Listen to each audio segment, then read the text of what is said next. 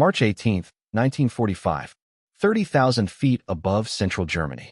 Captain Roy Stevens from Ohio watched the vapor trail cut across the sky like a blade through silk and felt his stomach tighten. No propeller aircraft moved like that. No piston engine could leave a line that sharp, that fast. Messerschmitt Me-262. The German jet fighter. The aircraft that had rewritten the rules of air combat and paid for it in American blood. For 6 months, these machines had been appearing without warning, slashing through bomber formations at impossible speed and vanishing before escorts could react. Entire B-17 crews erased in seconds. 40 men gone in the time it took to blink. The jet hadn't seen him yet. Stevens was coming out of the sun, the oldest trick in the book, but tricks meant little when your enemy could outrun you by 100 miles per hour. The Me-262 could do over 540 miles per hour. His P-51 Mustang topped out around 430 on a good day. Speed was life, and he didn't have enough of it. He pushed the stick forward anyway. The Mustang dove, picking up speed, 450. For 60, the airframe began to shudder. Behind him, 150 gallons of fuel sloshed violently in the fuselage tank, throwing the aircraft off balance like an angry animal. That auxiliary tank was the price of range. It gave them Berlin and back, but until it burned down, it turned the Mustang into a dangerous compromise. The German pilot spotted him. The jet rolled left, twin Junkers turbines screaming as the pilot poured on power.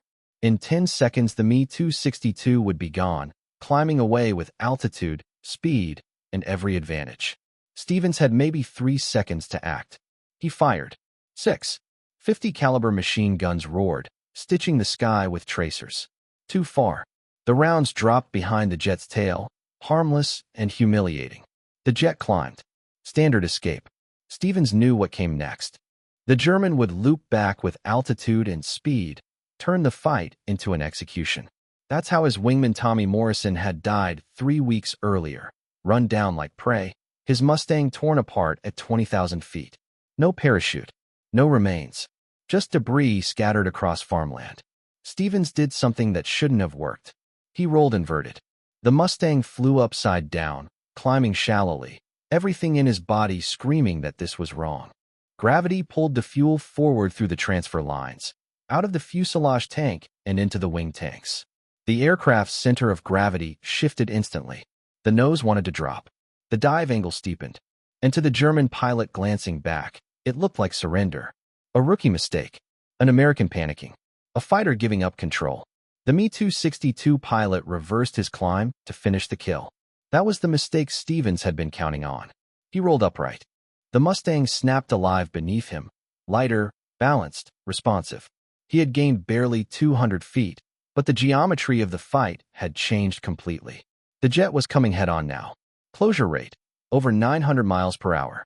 There was no time to aim carefully, no time to think. They passed each other so close Stevens felt the shock wave. He fired a 2-second burst. 240 rounds left the wings. He felt it, the vibration that meant metal, not air. The right jet engine bloomed black smoke, coughing fire. The Me-262 needed both engines to maintain dominance. On one, it was unstable, dangerous, mortal. The German tried to extend away, but now the Mustang was faster. Stevens stayed with him. Another burst. The second engine shattered. Turbine blades exploded out the exhaust like shrapnel. The jet became a glider with swept wings, the worst kind. The canopy blew. The German pilot ejected at 15,000 feet. Stevens circled once, waggled his wings, a silent acknowledgement between men who understood the cost of survival, then turned west. Only then did he look at his fuel. He shouldn't have been alive. The inverted climb had unlocked nearly 30 gallons of fuel he couldn't have accessed otherwise. In a Mustang, that meant another 100 miles. The margin between England and the Channel. Between a bed and a grave. Behind him, the Me-262 struck a field outside Augsburg at 400 miles per hour, carving a crater 30 feet deep.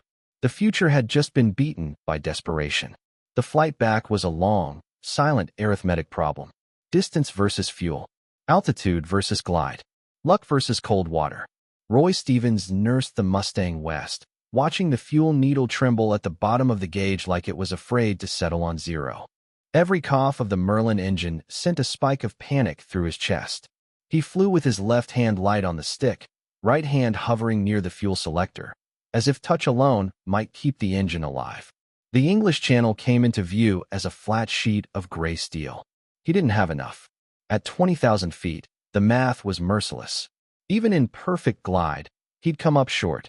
Too far from shore for rescue launches, too cold for swimming, too alone for miracles. 38-degree water meant 15 minutes of useful movement. Maybe 20 if adrenaline did its job. He dropped to 5,000 feet and pushed speed, gambling fuel for distance. If the engine quit now, there'd be no altitude left to trade, but if it didn't, he might reach the coast. The needle hit empty.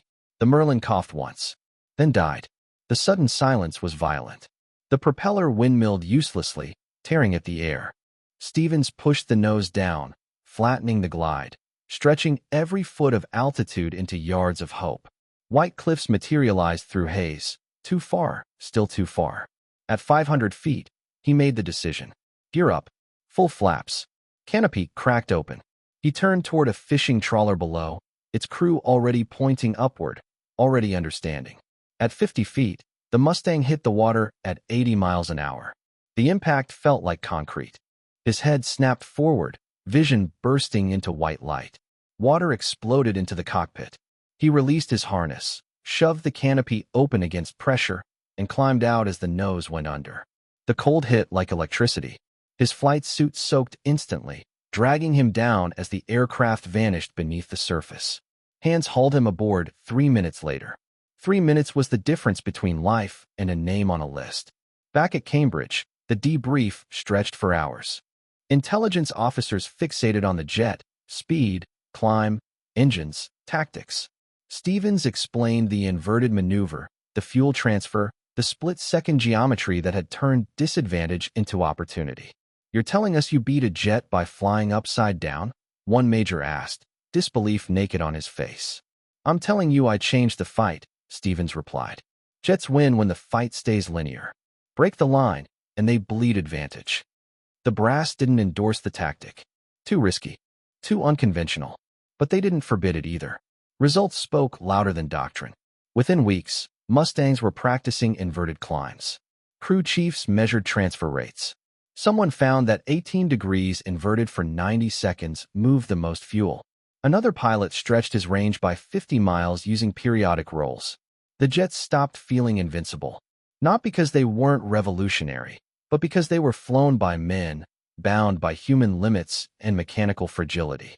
Stevens flew 40 more missions before Germany collapsed. He saw cities erased, bridges snapped, columns fleeing west under relentless air attack. He saw the camps from above, neat rectangles of horror etched into the countryside, and understood, finally, what all the math had been serving. But understanding didn't make the nights easier. Back in Ohio, he returned to teaching. Algebra, geometry, problems with clean solutions. He married a nurse who knew how to sit quietly when the dreams came. He taught his children math early, and something else besides. Question assumptions. Understand systems.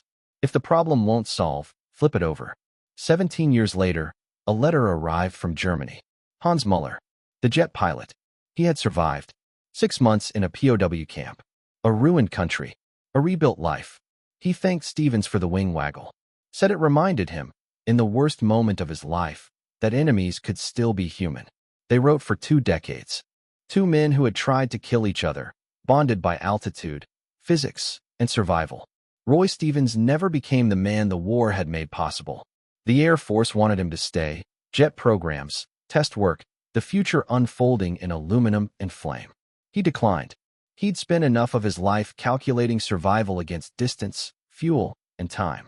Let someone else learn the new math. He returned to Ohio, to classrooms filled with teenagers who complained about homework and thought their problems were unbearable.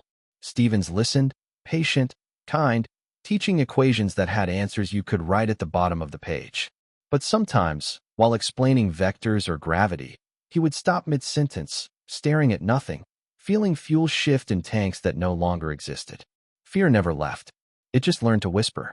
In 1962, his son, an Air Force pilot himself, asked if flying upside down against a jet had been terrifying. Stevens didn't pretend otherwise. I was scared every second I was airborne, he said. Fear was my co-pilot. But fear also made me think. Bravery isn't the absence of fear. It's doing your job while fear screams at you to quit. His son flew Phantoms in Vietnam. Came home changed. Stevens recognized the look immediately. War added variables no equation ever solved. Decades later, a museum display showed a restored Me-262, sleek, deadly, framed as almost invincible. A guide told schoolchildren how American pilots had been helpless against German jets. Stevens stood in the back and said nothing. History needed clean stories. Heroes. Superiority. Innovation. It didn't need the truth. That survival sometimes came from luck, desperation, and the willingness to do something that felt wrong. Hans Muller wrote until his hands shook too much to hold a pen. His final letter thanked Stevens again, not for sparing his life, but for sparing his dignity. That small wing waggle had mattered during 6 months behind wire. It reminded him that humanity could survive even at 30,000 feet. Stevens never replied. Muller died before the right words came. In retirement homes and veterans' reunions, the story softened. Pilots became legends. Fear turned into courage. Desperation into brilliance. Stevens let others have those versions. People needed them. But at night, alone, he remembered the truth. The sound of turbines. The slosh of fuel against gravity. The moment when flying upside down was the only thing that made sense. In 2011, his grandson, an aerospace engineer, took him up in a restored Mustang. The Merlin's growl erased 70 years in an instant. Stevens sat silent, hands folded, until tears came uninvited.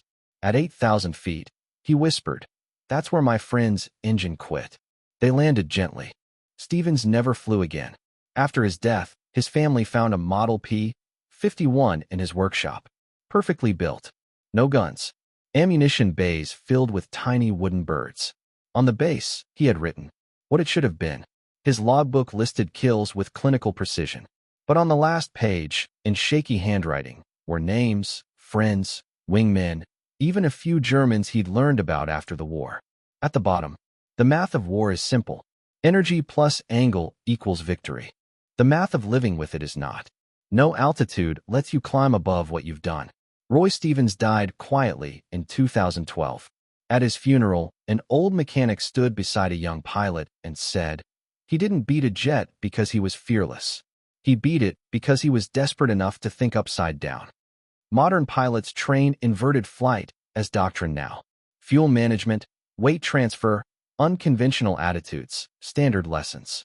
Somewhere in a fifth-generation fighter, a pilot benefits from a decision made in terror over Germany in 1945. That pilot will never know Roy Stevens' name. And Stevens would have preferred it that way. He never wanted to be remembered as the man who flew upside down to kill a jet. He wanted to be remembered as someone who came home.